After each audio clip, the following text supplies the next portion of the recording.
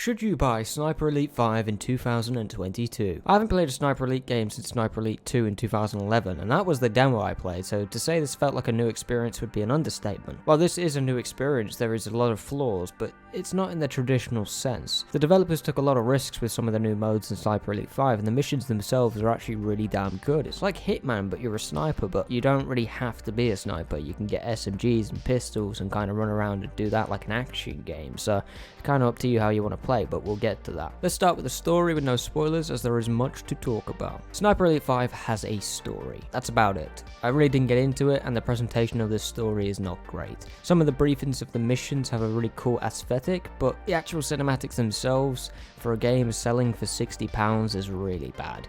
The PS3 graphics joke tends to be an exaggeration on most games, but mostly in this game it really does look like a PS3 game, and for a game that is selling for £60 today, it's really not good. But you know, it's a game, so it's gameplay that's the most important, so we'll get to that. Now, you still follow a guy called Carl. He's a sniper who's tasked with infiltrating places and taking out specific targets in specific missions for the good of the allies. And yes, there is another DLC Hitler mission. They do that with every single one. Even if I don't play them, I see them online, and I'm just like, that's pretty funny.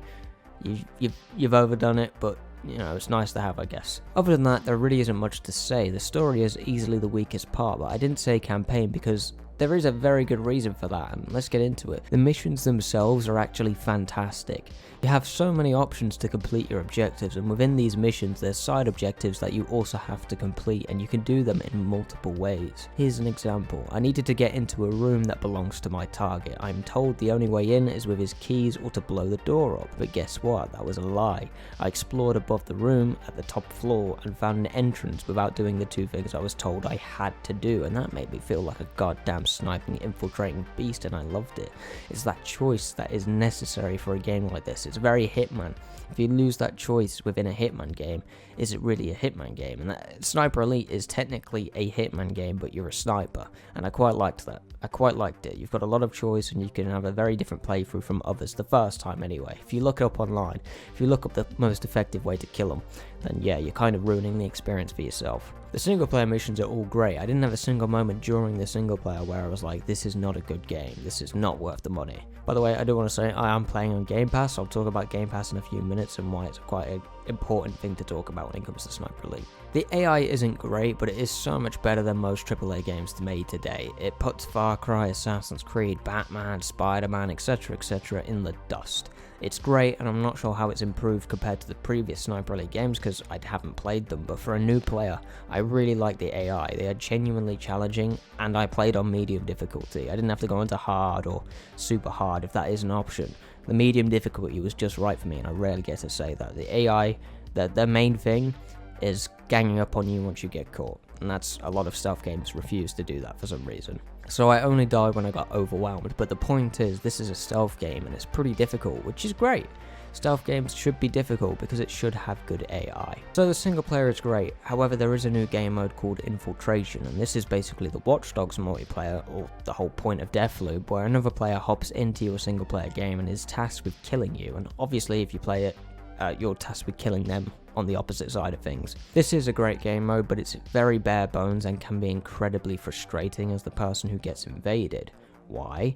Well, if you forgot to turn it off and someone joins during your flawless playthrough after like 20 minutes, they will fuck it up because they have an ability to find where you are after about 3 minutes, and well, that's just bullshit. I get why it's there to keep the game moving, but it just ruins any chance of something like a flawless playthrough happening when someone joins, because your location will eventually be revealed. There's no way of avoiding it if they're in there for 3 minutes. You have to speed run it to avoid that happening. You can do it for the other guy as well. You can go up to these phones and find out where he is, but the point is, you got to ditch everything. You have to kill them, so your passive flawless playthrough is ruined because you have to kill them. It's kind of annoying, so turn that off if you want that kind of experience. Either way, I really like this game mode. It's bare bones, but there is some customization and has one of the strongest foundations of a game mode I've seen in years. I really hope the developers capitalize on it and do something so unique and so interesting that the gaming market can't ignore it before someone else does, because this idea isn't new, but it hasn't had that evolution it really needs to sell itself. Deathloop tried and failed for a lot of people. just waiting on a game like Sniper Elite to make something that makes this new game mode into something that could take the industry by storm is something I've wanted for a long time. This idea to invade a single player, to invade their world, it kind of brings the immersion in a lot more, because that person is like an AI that is so smart, it might as well be a person in a weird sense. I think that's a really good evolution of the whole single player multiplayer collaboration type thing. Kind of merges the two. Some people won't like that, but the option is there to turn it off. I think more games should do it. You do also have co-op, and that's great. Co-op is great. It's everything I mentioned earlier, but with a friend, and that's great. I keep saying that's great because it is. The invasion mode also happens if you are in co-op, so if you invade someone's game, there is a chance that there's 2 snipers you got to take out, and they don't tell you that.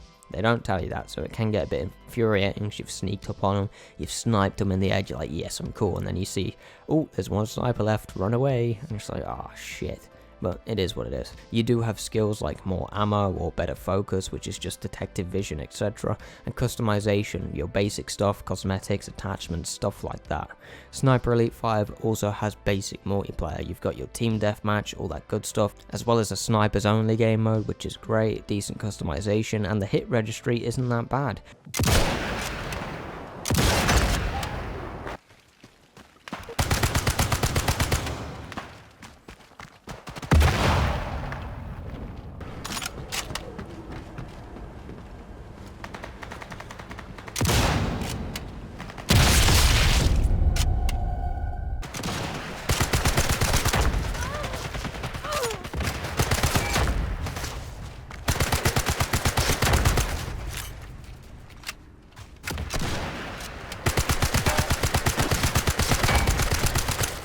However, it really wasn't the focus, it's pretty clear, and it gets old pretty quick, but it could be a lot of fun with some friends. It's definitely some of the the most unique third-person multiplayer I've played because of how it's paced, because of the sniping, because of the kill counts, because you do get kill counts when you snipe people, which I thought would never work, but it does work in the multiplayer.